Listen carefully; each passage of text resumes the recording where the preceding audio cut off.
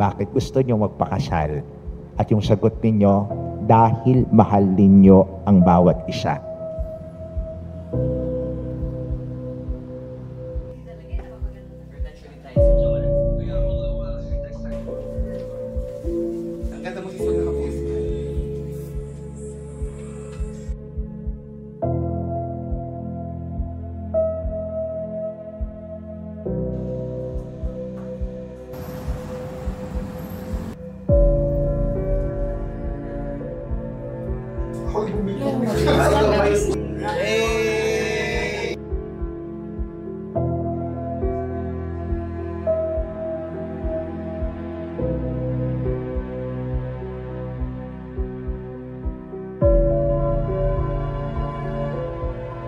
Tess, you are beautiful inside and out. Richard is lucky to have you. Thank you for accepting and loving Richard. Sabi mo nga noon, gusto mo magkaroon ng ate at kuya. So, ngayon, part ka na ng aming family. So, alam mo, nandito lang kami lagi ni Ate Tracy mo para gabayan kayo. Huwag kayong mahiyang lumapit sa amin. Pero kung pera ang kailangan nyo, huwag kayong mahiyang lumapit sa ninong at nilang nyo.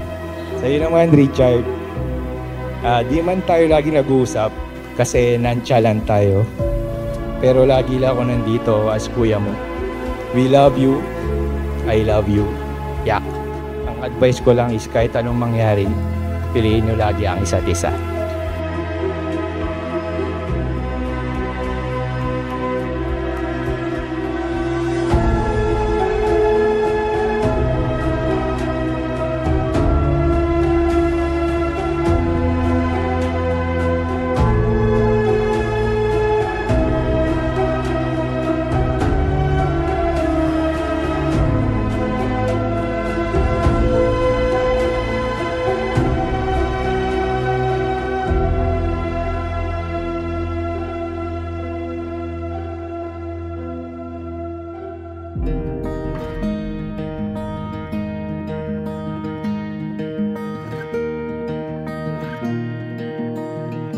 Nawa sa araw-araw ninyong pagsasama bilang mag-asawa, piliin nawa ninyo ang dalawang mahalagang bagay na ito upang mapanatiling buo, matibay at banal ang biyaya ng pag-ibig na kaloob sa inyo ng Diyos.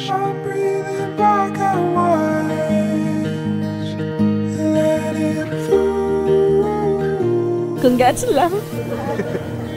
Thank you ma sa lahat. Alam mo naman yan.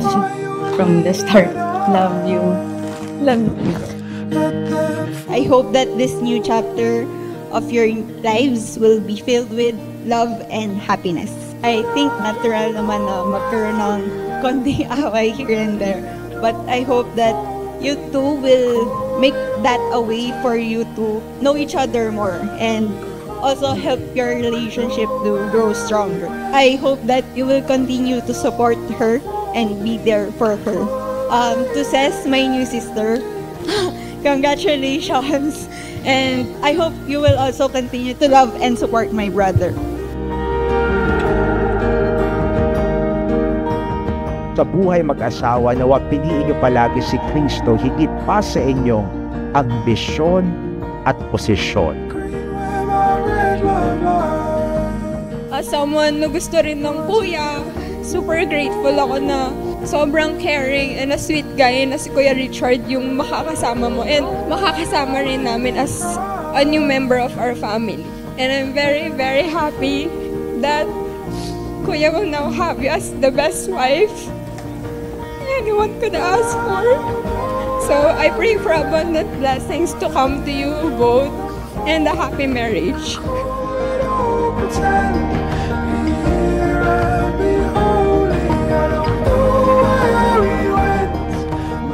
Siguro, yung iba na lang is ma-work nyo bilang kayo pagka nagsama na kayo na matagal. And then yung iba, tips ko lang siguro, hindi lang sa akin, sa inyo, sa ating lahat na nasa in a relationship, always communicate. May iba't ibang love language tayo. May mga bagay kasi na pwede nating pag-usapan. Kung galit ka, magpakalma ka, height of emotions, marami ka nasasabi. Pero once na bumabayan, alam ko, ma-work yung mga bagay na hindi pagkakaintindihan. siguro sa milyong-milyong pagkakamali at hindi nauubos na pagkakamali, alam ko itong araw na ito is yung pinakatama na alam kong hindi nyo pagsisiyan at kaya yung dalhin panghabang buhay.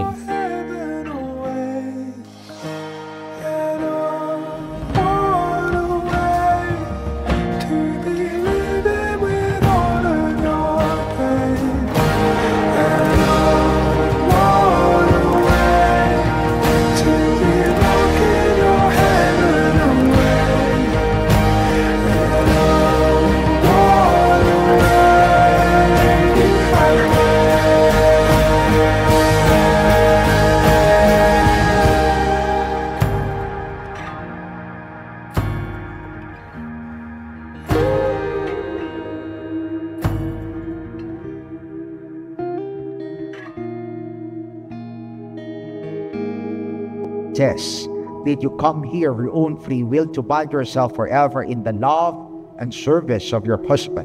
I do. Chard, did you come here of your own free will to bind yourself forever in the love and service of your wife?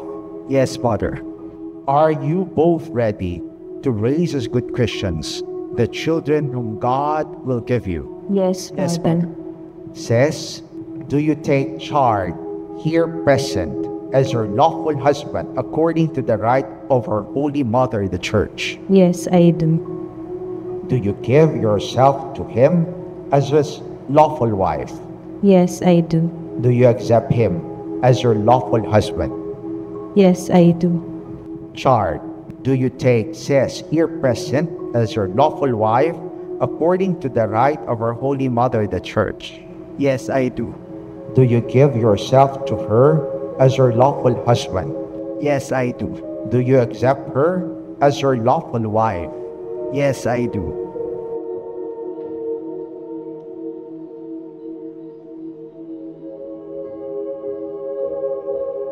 Boo, my friend, my best friend, my girlfriend, and now my beloved wife. We've been together for exactly 11 years today.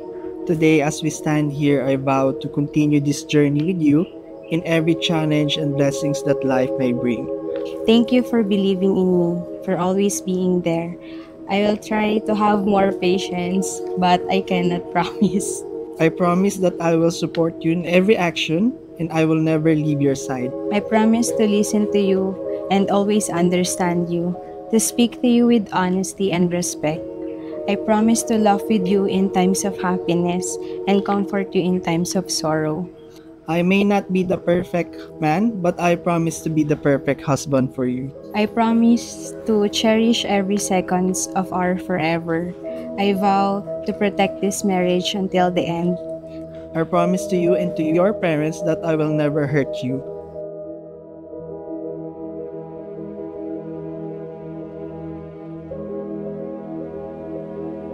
Finally, after so many years being boyfriend-girlfriend, now finally, legal na. We wish you, both of us, be a good wife to Chard, and Chard, be a good husband to Ses. Thank you, Paskla. Love you. Sige pa.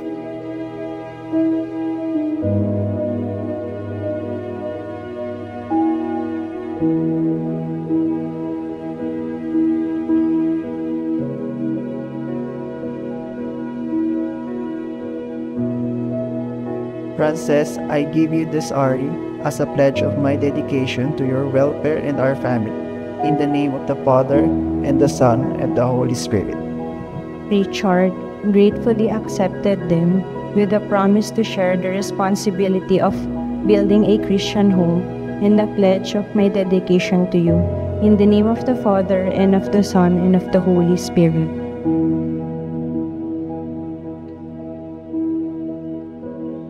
Today, as I stand here with you, I feel a sense of peace and excitement, knowing that I get to spend the rest of my life with you. Today, I choose you to spend our forever with, and I will choose you in every moment of our lives. I love you. I vow to stay by your side through highs and lows, to always support you in your dreams, and to celebrate your accomplishments. I will always love you, not just in words, but in every action as we build our future together. Today, I take you as my husband, partner, and best friend. I cannot wait to see where this beautiful journey takes us. With all my heart, I promise to be yours now and forever. I love you.